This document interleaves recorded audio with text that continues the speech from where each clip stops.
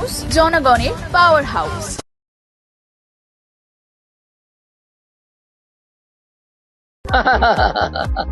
ঠিক আছে, মানুষের সঙ্গে আছি, মানুষ যেখানে আছে সেখানে রাজনৈতিক অরাজনৈতিকের কথা নয়, কথা হচ্ছে মানুষের সঙ্গে আছি কিনা, নাকি চোর ছ্যাঁচড়ের সঙ্গে আছি, তাই না?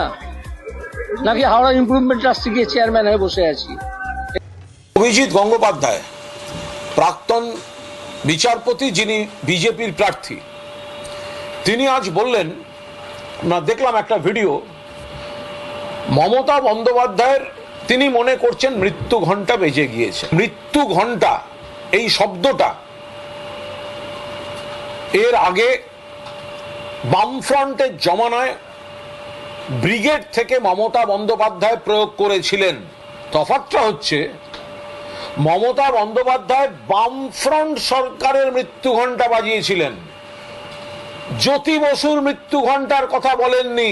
এখানে যদি সরকারের বিরুদ্ধে কোনো লড়াই হয় অভিজিৎ গঙ্গোপাধ্যায় তার কথা বলতে পারেন, কিন্তু ব্যক্তিগতভাবে মমতা বন্দ্যোপাধ্যায়ের মৃত্যু ঘণ্টার কথা বলছেন।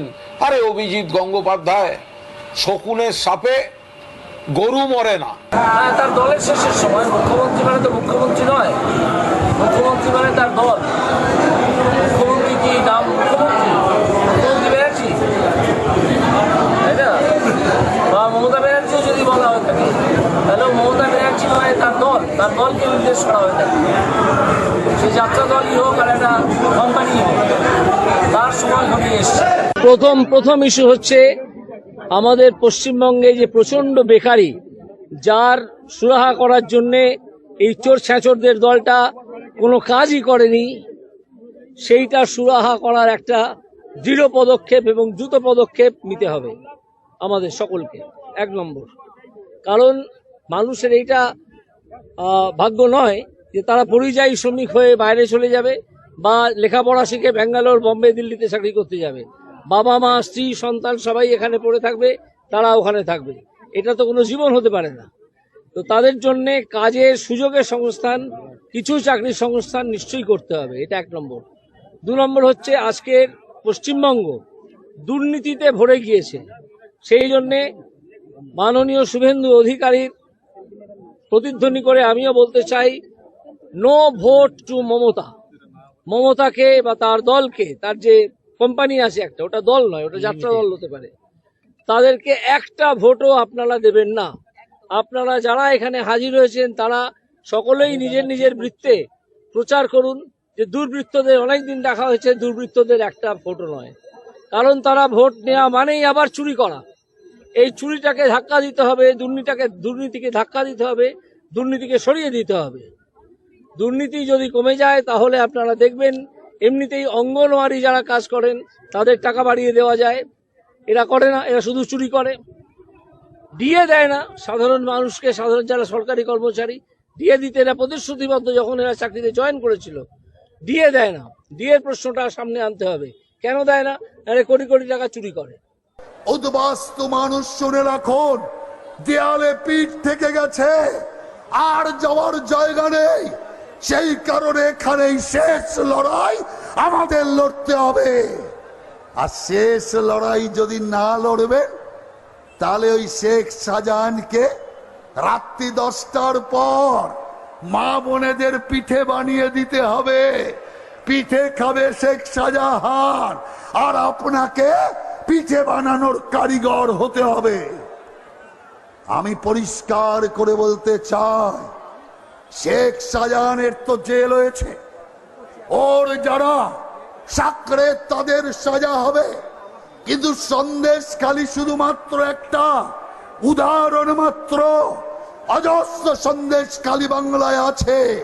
তাই কান খুলে শুনে রাখুন, শেখ শাহজাহানের বংশধরেরা যারা বাংলার বুকে মা বোনেদের উপর অত্যাচার চালাচ্ছেন, ভারতীয় জনতা পার্টির, মোদিজির পার্টি তাদের ছাড়বে না।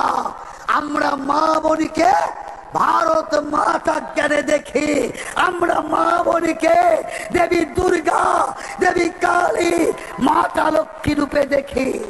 অতএব সেই কারণে বাংলার মাটিতে মা বোনের অপমান হবে, বাংলার মাটিতে মা বোনের ইজ্জত নষ্ট হবে। বাংলার মাটিতে রাত 10টার পর পিঠে তৈরি হবে, রাত 10টার পর পিঠে তৈরি হবে। এই জিনিসকে আমরা কিছুতেই হতে দেব না।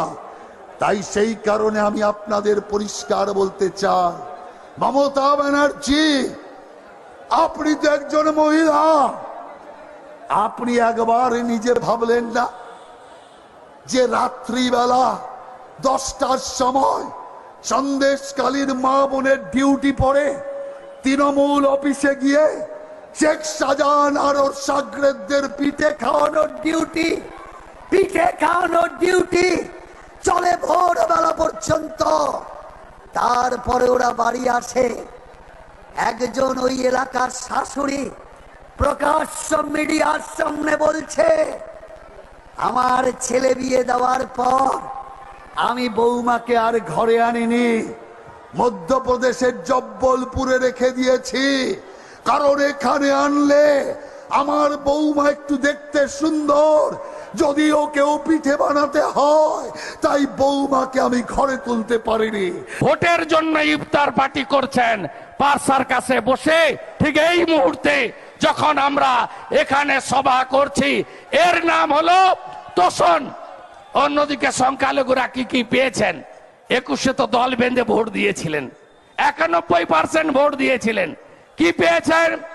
আমতায় আনিস খানকে আপনার মমতা ব্যানার্জির পুলিশ 3 তলা ছাদ থেকে ঠেলে ফেলে মেরে দিয়েছে। রামপুরহাটের বকটুই সংখ্যালঘু মহিলা পুরুষদেরকে পুড়িয়ে মেরেছে, মহিলাদের বাচ্চাদেরকে। সম্প্রতি গার্ডেন রিজে বাড়ি ভেঙে পড়লো, 5 তলা বেআইনি বাড়ি, নিচে চাপা পড়ে 12 জন সংখ্যালঘু মারা গেছে। আপনাদেরকে মমতা ব্যানার্জি মনে করে তেজপাতা তরকারিতে লাগে, কিন্তু খাওয়া যাবে না। তাই দয়া করে এবারে আর ওই ভুলটি করবেন না। আপনারা ভোট দিন নরেন্দ্র মোদীর প্রার্থীকে। নরেন্দ্র মোদীজি 175টা স্কিম এনেছেন। একটা স্কিমও কোনো বিশেষ সম্প্রদায়, জাত, ধর্মের জন্য নয়, সমস্ত ভারতবাসীর জন্য। নরেন্দ্র মোদীজির স্লোগান সবকা সাথ, সবকা বিকাশ, সবকা বিশ্বাস, সবকা প্রয়াস। নরেন্দ্র মোদীজি আসার আগে ভারতবর্ষে নির্বাচন হতো জাতপাতের ভিত্তিতে, ভারতবর্ষে নির্বাচন হতো পরিবারবাদের ভিত্তিতে, ভারতবর্ষে নির্বাচন হতো তুষ্টিকরণ তোষণের ভিত্তিতে। নরেন্দ্র মোদীজি আসার পরে ভারতবর্ষে নির্বাচন হচ্ছে বিকাশবাদের উপরে দাঁড়িয়ে। নরেন্দ্র মোদীজির নেতৃত্বে এবারের এই নির্বাচনে আপনাদের যাদবপুরে আমাদের প্রার্থী ডক্টর অনির্বাণ গাঙ্গুলিকে ভোট করতে হবে। 2 মাসের বেশি সময় বাকি আছে। আমরা এই তো আজকে আমাদের যারা সৈনিকরা, যারা বুথগুলোতে লড়াই দেবেন, ভোটার লিস্টটা উল্টে পাল্টে দেখবেন, বাড়ি বাড়ি যাবেন, ভোটের দিন পোলিং এজেন্টের কাজ করবেন, আমি কথা দিতে পারি এবারে সন্ত্রাস করতে দেব না, সন্ত্রাস করতে দেব না। আপনারা ভরসা রাখুন, ভরসা রাখুন। আপনারা 11তে সিপিএম এর অপোজিশন দেখেছেন বিধানসভায়, সেটিং অপোজিশন। বিমান বাবু নবান্নতে গিয়ে ফিশ ফ্রাই খেতেন। আপনারা 16তে কংগ্রেসের অপোজিশন লিডার, অপোজিশন দেখেছেন, সেটিং অপোজিশন। 3 বছর বিজেপিকে দেখছেন তো, বিজেপিকে দেখছেন তো। বিজেপি না থাকলে এই রিক্রুটমেন্ট স্ক্যাম, এই রেশন কেলেঙ্কারি, এই যে পশ্চিম বাংলায় একটার পর একটা দুর্নীতি, আমরা তার মুখোশ খুলেছি। চোরেরা অনেকেই জেলে গেছে, বড় চোরেরা যে কোনো সময় জেলে যাবে। আমরা কিন্তু এটা বিগত দিনে লড়াই দেখিনি। তা আমরা লড়ছি ভোট কেটে তৃণমূলকে জেতানোর জন্য। এদের একটাই কাজ, এখানে সায়ন, সৃজন, মীনাক্ষীরা গলা ফাটায়, চোর ধরো জেল ভরো। আর এদের যে কাকা সীতারাম ইয়েচুরি, তিনি পাটনা, মুম্বাই, বাঙ্গালোর আর দিল্লিতে এই চোর ভাইপো আর তার পিসির সঙ্গে বসে ডিনার করে, কফি খায়, বিরিয়ানি খায় আর বলে ইন্ডিজোট ইন্ডিজোট, যার পিন্ডি রাজস্থানে, ছত্তিশগড়ে, মধ্যপ্রদেশে জনগণ চটকে দিয়েছে। হর হর মহাদেব, বলে বাবা, বলে বাবা, বম বম বম বম। বাবা মহাদেবকে আক্রমণ করলে ছাড়বো না। রাজি তো হবে তো? মারা শিবরাত্রি জল ঢেলেছেন, সামনে নীল চড়ক, নীলের দিন জল ঢালবেন তো? মোদিজির জন্য প্রার্থনা হবে তো? মোদিজির জন্য প্রার্থনা হবে তো? রেখা পাত্রকে প্রার্থী করেছে মোদিজি। রেখা পাত্রকে গরিব বাড়ির দলিত কন্যা, পৌণ্ড ক্ষত্রিয়, ফিশারম্যান কমিউনিটি, সেই মহিলাকে আজকে সন্দেশখালীর অত্যাচার লড়াই তার সিম্বলকে প্রার্থী করেছেন। অভিজিৎ গাঙ্গুলি অবসরপ্রাপ্ত বিচারপতি, চাকরি ছেড়ে মোদিজির সেনাবাহিনীতে নাম লিখিয়েছেন। এই অভিজিৎ গাঙ্গুলি হলো রিক্রুটমেন্ট স্ক্যামের পর্দা ফাঁসের মহানায়ক, মানসরূপী ভগবান। তাই এরা যদি এগিয়ে আসতে পারে, আমরা কেন পারবো না? লড়াই করতে হবে। সন্দেশখালীর বদলাই বিএমএ হবে তো? হবে তো? হবে তো? সন্দেশখালী ভুলে যাননি তো? ভুলে যাননি তো? ভুলে যাননি তো?